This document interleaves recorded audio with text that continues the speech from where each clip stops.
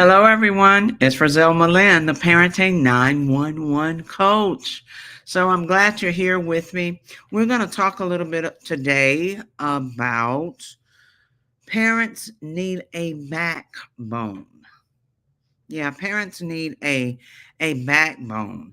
So with any structure, anything that you're trying to build, there needs to be support. There needs to be a foundation, and there needs to be good, strong support.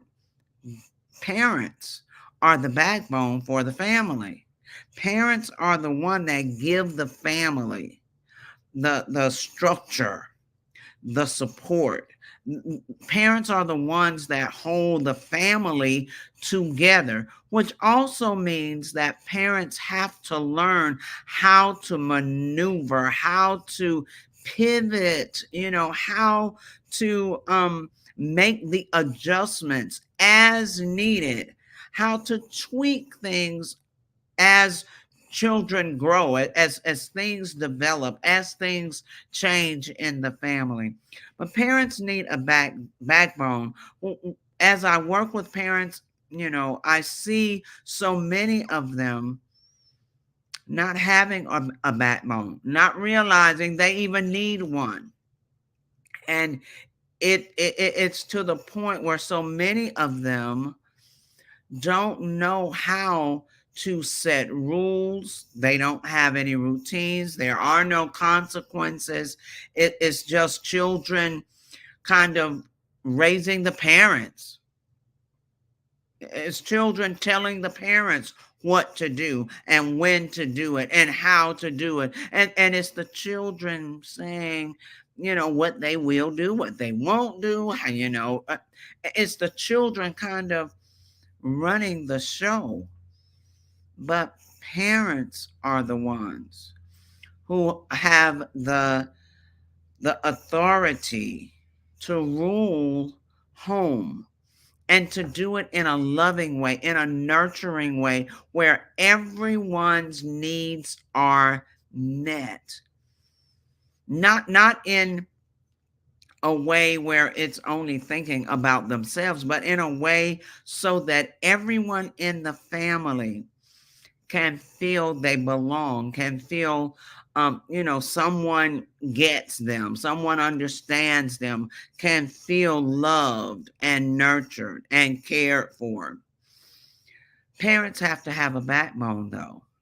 They have to have a backbone to even establish rules, and then to implement the rules, and then to be consistent with the rules.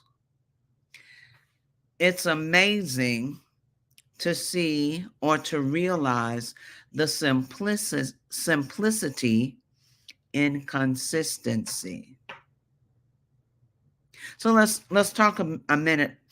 If you're that parent, as I was talking with one, her voice is very soft, was very, very soft and light and airy. And she said, her son doesn't even pay attention to her when she's giving him instructions, or when she is correcting him, his behavior.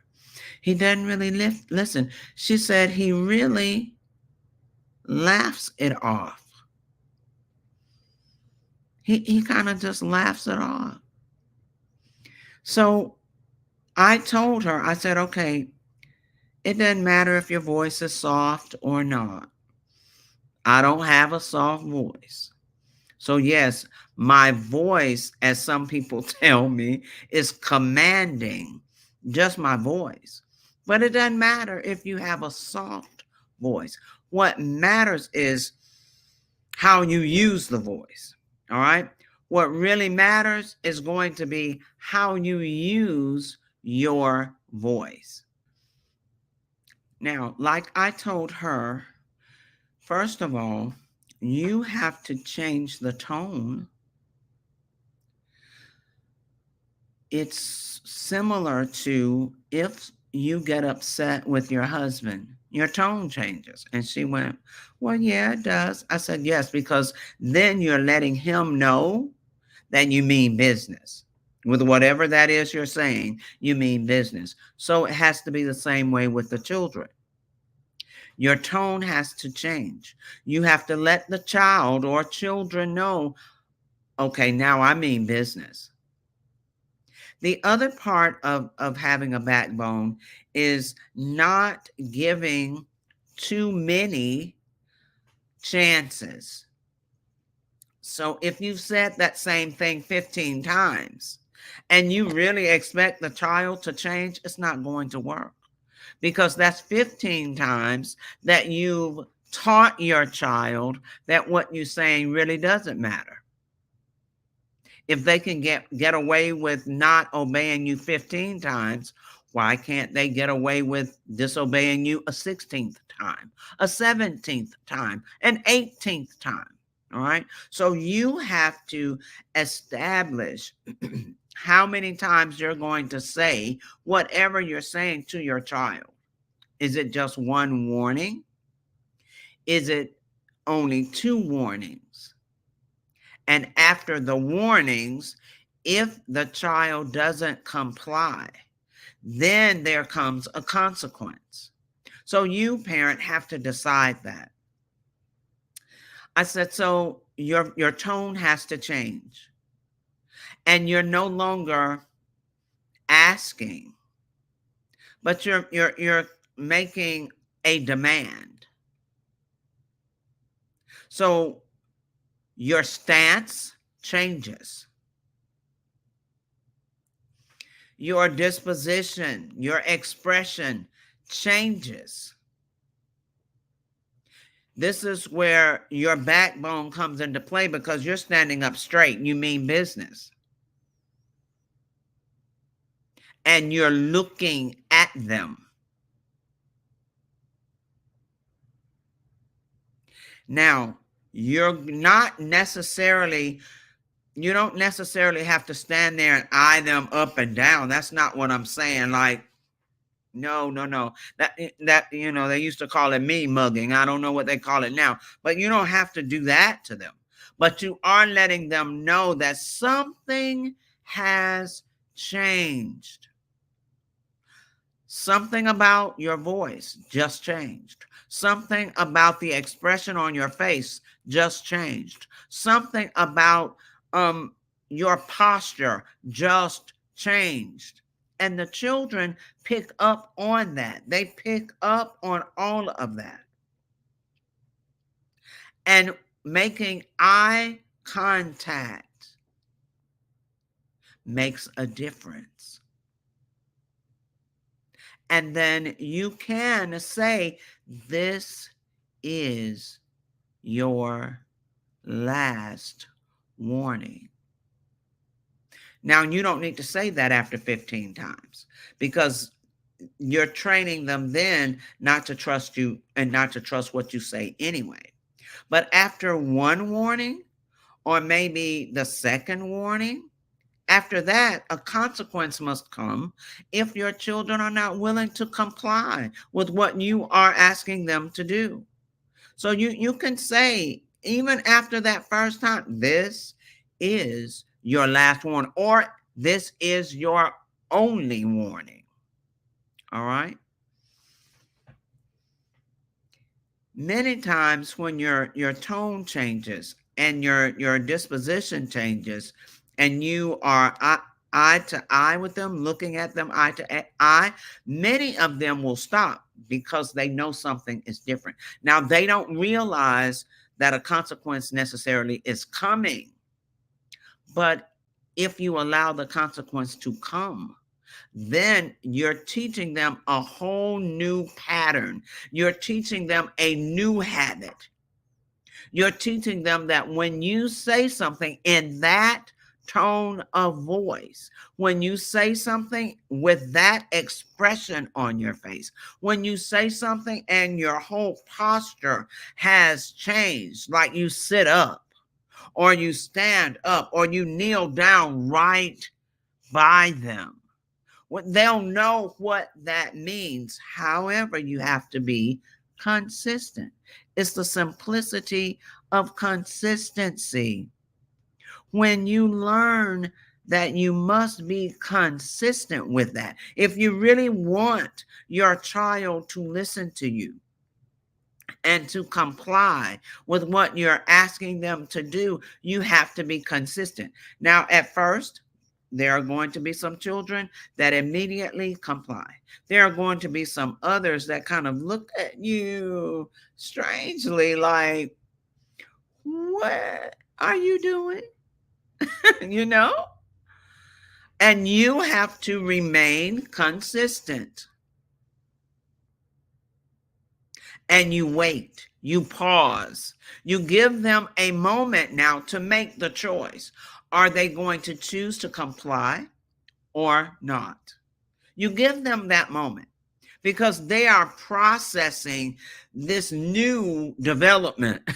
They're processing the new you. They're processing the change in how you are acting. And they're thinking about that.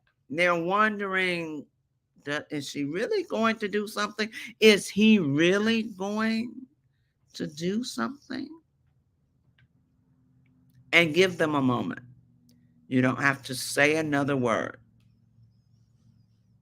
If they comply, great, wonderful, amazing. But if they don't, a consequence should follow. Now, we will talk about how to create consequences. There's something I use called a consequence T-chart, and it helps parents have a list of consequences they can use. Consequences are rewards as well as what we call punishments. Consequences are likes and dislikes, but for everything in this world, every choice we make, a consequence follows. That's just how the world is set up. A consequence follows. So your child now is waiting to and thinking, is she really going to do anything? Is he really going to do anything?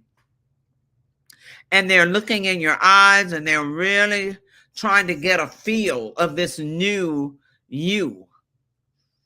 Some of them then, if you stand there and you wait, you're not me mugging or anything, you're just waiting. But your disposition has not changed. So you're waiting for them to make a decision. If they decide then to go on and like, okay, I'm doing it, and go on and do what you say, great, wonderful, amazing. However, then there are the very strong-willed children who still will not comply. Well, one thing is, remember now, in the past, you've already trained them not to comply. And they've gotten away with it to the point they can laugh in your face and still nothing happens.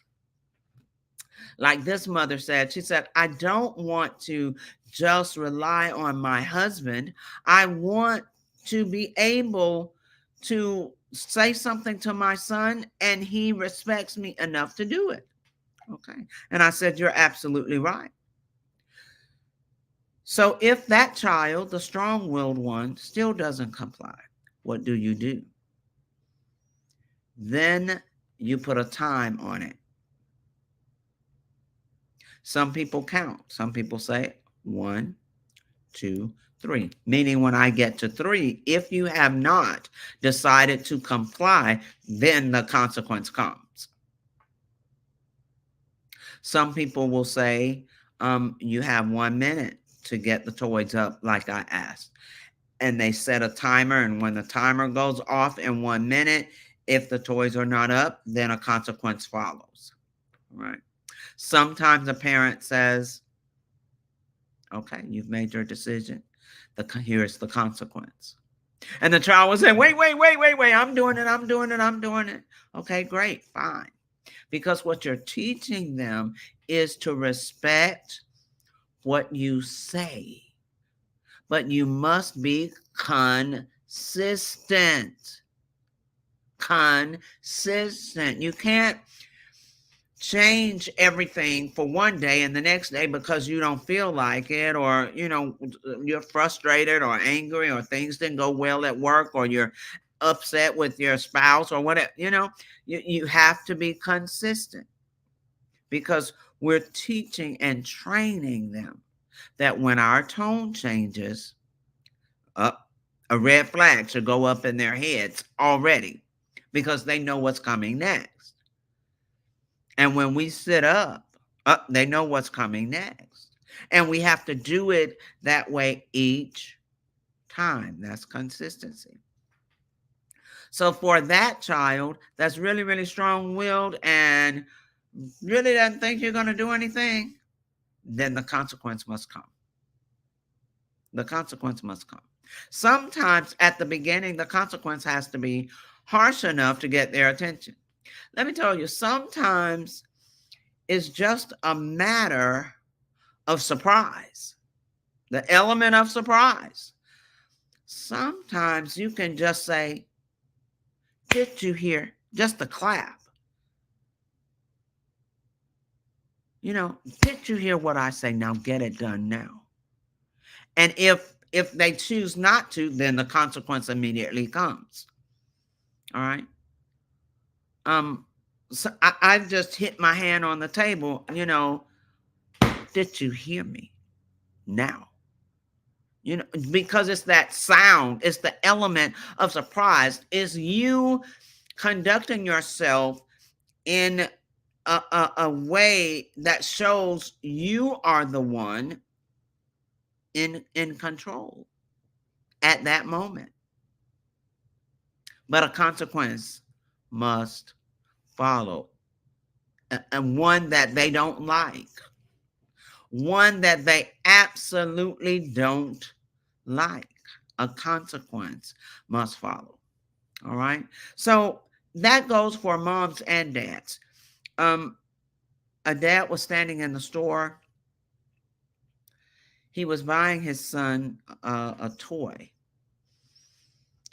When they were in line to pay for the toy, the son saw something, a flashlight. Now, a young lady was telling me this story. She said the son saw the flashlight and then said, "Oh, I must have this. I need this." And the daddy said, "No, you're getting the truck." And the son started having a tantrum. And in that time, he started punching his dad, just punching his leg, punching his thigh, punching his side. And the dad just moving his hand back, just moving his hand back. She said that the child looked like he was about 7. And so the dad would just, hold his hand, move his hand, because the dad had allowed this child to be in a habit of believing what the dad said. The dad now has to change the habit and create a different habit. So what the dad needs to do is the same as the mom. The dad needs to have a tone of voice. Now, let me tell you, when you change your tone, I don't mean yell and scream and all of that. That's not what I'm talking about. What I'm saying, honestly, is have your tone a little heavier and bring your voice down low. Turn the volume down and get a little closer and say, "Don't hit me again, or a consequence will follow." And mean it. You don't have to yell. Honestly, yelling gives the control over to the child. Screaming, using profanity, all of that shows that you, the parent, are now out of control. That's what it means. It shows the child they've won again, because mom or dad or grandma or whomever is now out of control. So when you change your tone, you make the sound richer, heavier. You turn the volume down. and you get a little closer. That's that lean in. And you say, stop now, right now, and mean it. Now, those are things you don't wait until you're in the store or in the public to practice. Those are the things you practice at home. Those are the things you practice at home. See, I want you to also understand moms are not the only one that get into this rut of not knowing what else to do. Dads as well, grandparents as well, guardians of all calibers as well. That's why when I make the statement, all parents, guardians, at some point in this journey need a coach. That's what I mean. Because at some point, we all get in a rut and need someone to help coach us out of it. All right? So now, for those of you whose children have not been paying you any attention, not listening to you, laugh in your face, act just like you're saying nothing, let's start the process of making a change. So that's the first part. And each time I'll give another. So the first part of having that backbone is changing the tone of your voice.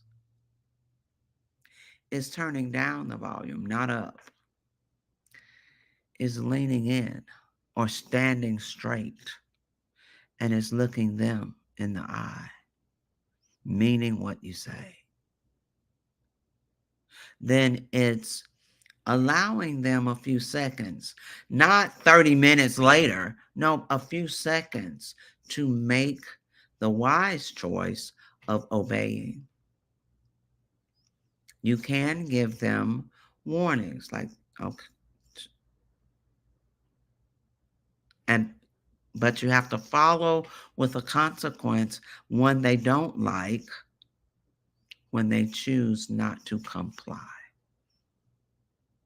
Now, at first, doing all of that is going to be harder than you think because it's not your habit. You're not accustomed to doing that. So you have to make a change and you have to replace your old habit with this one. That's where the consistency comes in also. And then your children are not accustomed to you conducting yourself that way either. They're accustomed to you not meaning anything you say. So it's going to be difficult at first, but if you stay consistent and if you follow up with a consequence every time, you will change the pattern. And when your child hears your voice and hear that tone, they'll know you mean business and they'll make better decisions. Now, I do want to share with you that I have a digital course. And in that digital course, it goes through all that I'm talking about in more detail. Let's see if I can share my screen with you. Because I would like to, here we go. I would like for you to see the digital course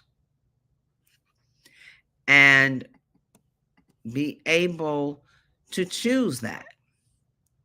All right. So the digital course is called Built to Last. Built to Last.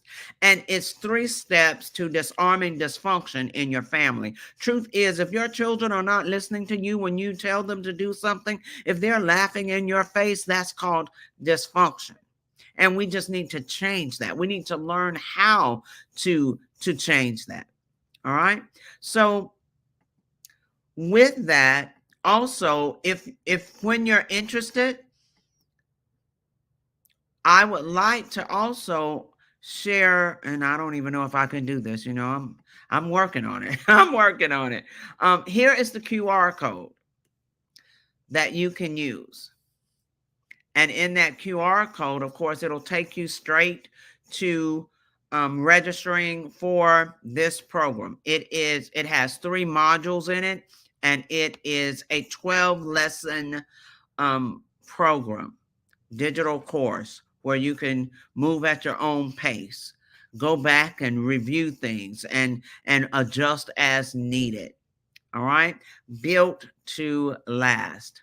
Now, I want to make sure you understand, as we go through these teachings, you have to implement them, parents. It's up to you.